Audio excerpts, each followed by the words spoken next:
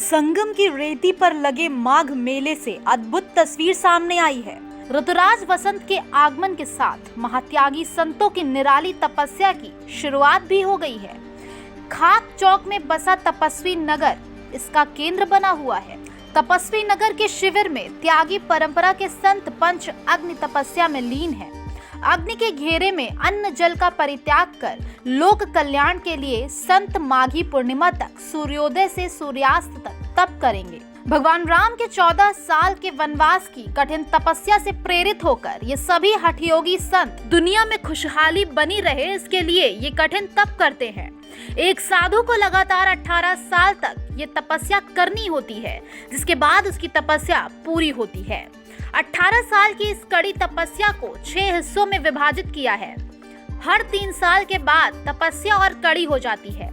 हर साल बसंत पंचमी से शुरू होकर जेठ मास की शुक्ल पक्ष की दशमी यानी गंगा दशहरा पर यह तपस्या खत्म होती है। इन दिनों मेला क्षेत्र के खाक चौक के तपस्वी नगर में 150 से ज्यादा संत अग्नि तपस्या कर रहे हैं। एक साथ कई संत अग्नि के घेरे में सिर पर घड़ा रखकर ध्यान मग्न नजर आए। बसंत पंचमी पर संगम में पुण्य की डुबकी लगाने के बाद सर्व मंगल और लोक कल्याण की कामना से तपस्वी संतों ने पंच अग्नि साधना आरंभ की है। तपस्वी संत अयोध्या से आए गोपाल दास महाराज बताते हैं कि संगम पर माघ मेले में आने वाले संतों ने पूरे जीवन जगत के कल्याण के लिए पंच अग्नि तप का संकल्प लिया है। इस तपस्या के दौरान सुबह से दोपहर 3 बजे तक संत नियमित साधना कर रहे हैं। हालांकि सुबह 9 से दोपहर 12 बजे तक धुनी के किनारे मंत्र जपते नजर आएंगे। गंगा दशहरा पर हवन पूजन कर धुनी को गंगा में विसर्जित किया जाएगा।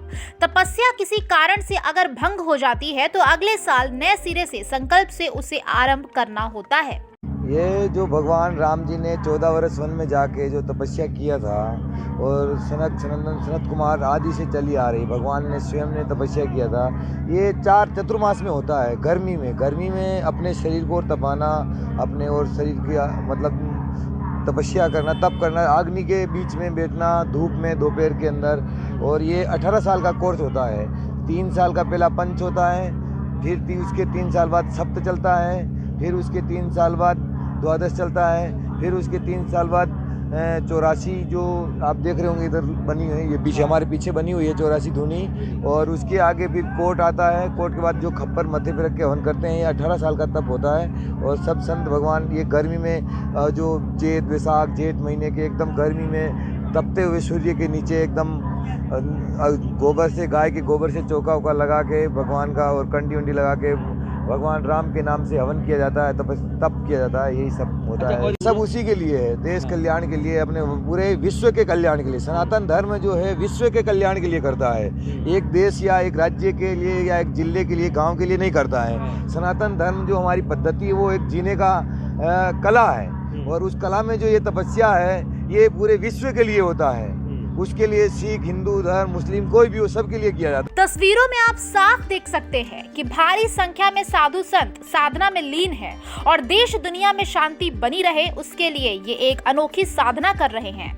12 साल पहले अपनी तपस्या पूरी कर चुके मदन मोहन दास उर्फ लाल बाबा का कहना है कि अब नए संत तपस्या कर रहे हैं। साथ ही साथ इस साल कई संतों की तपस्या पूरी हो जाएगी। सालों से चली आ रही परंपरा के अनुसार तपस्या कर रहे संतों के ऊपर पुष्प की वर्षा की जाती है। साथ ही साथ उनको दक्षिणा भी दिया जाता है। जो संत तपस्या के दौरान अपने ऊपर जलता हुआ कलश रखते हैं, वो संत अपनी अंतिम तपस्या के दौर से गुजरते हैं। 18 साल के कोर्स है हमारा, तो गुरुदेव की कृपा से 10-12 साल पहले ही पूरे हो गए हैं। हाँ, पूरा हो गया। अब जो नए संत तपस्या में जाते हैं उनको अपने दास जो है कि उनको।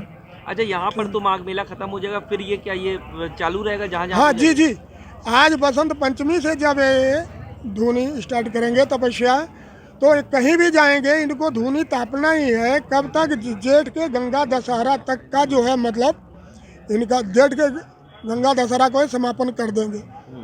गौरतलब है कि ऐसी तस्वीर माघ मेले में आए श्रद्धालुओं को आकर्षित कर रही है। सुबह से ही तपस्वी नगर के बाहर श्रद्धालुओं का तांता भी देखने को मिल रहा है। संगम तट पर लगे माघ मेले में अब अनोखी तस्वीर भी देखी जा रही है। हम मौजूद हैं तपस्वी नगर में और आप देख सकते हैं कि यहाँ पर साधु संत एक अनोखी परंपरा को निभा रहे हैं और ये परंपरा है तपस्या करने की, जो भारी संख्या में यहाँ पर साधु संत आप देख सकते हैं कि एक धुनी के घेरे में यहाँ पर बैठे हुए हैं। और अगर हम ये पूरी परंपरा की बात करें तो एक साधु को तकरीबन 18 सालों तक इस परंपरा को निभानी होती है और ये बेहद जटिल परंपरा है। और सिर्फ मूल मकसद ये है कि देश में और दुनिया में सुख शांति जो है वो बनी रहे, किसी तरह की आपदा ना आए। साथ ही साथ अब की बार कोरोना महामारी भी जल्द से जल्द दूर हो, देश में राज्यों में हो रहे चुनाव में सरकार अच्छी बने, उसके लिए भी यहाँ पर प्रार्थना की जाती है। साथ ही साथ आप देख सकते हैं कि सबसे पहले यहाँ पर हवन किया जाता है। हवन करने के बाद जिसका हवन पूरा होता है वो अपनी अपनी धुनी में बैठ जाता है। अगर हम सिलसिले की बात करें तो गंगा दशहरा जब जेठ महीने में आता है तब ये पूरी जो परंपरा है वो खत्म होती है। और 18 सालों तक ये नियम है कि लगातार साधु संत जो शुरुआत करता है उसको 18 साल तक 6 प्रोसेस होते हैं, उस प्रोसेस से गुजर करके उनकी जो ये तपस्या है ये पूरी होती है। तो हालांकि इस तपस्या का अगर हम शुभारंभ की बात करें तो बसंत पंचमी के दिन से तपस्या की शुरुआत होती है और गंगा दशहरा जब होता है तो ये तपस्या जो है वो खत्म होती है। और जितने भी यहाँ पर आप देख सकते हैं कि जो राख होते हैं इनका इकट्ठा किया जाता है और गंगा में उसको प्रज्वलित किया जाता है। तो हम ये कह सकते हैं कि एक खास तस्वीर जो है संगम शहर प्रयागराज के माघ मेले से देखने को मिल रही है। और ये सभी साधु संत देश के कोने कोने से आते हैं और आज के दिन का इंतजार करते हैं। और आज से ही गंगा दशहरा के दिन तक लगातार ऐसी तपस्या चलती रहती है। वीडियो जर्नलिस्ट अंकित उपाध्याय के साथ सैयद आकिब।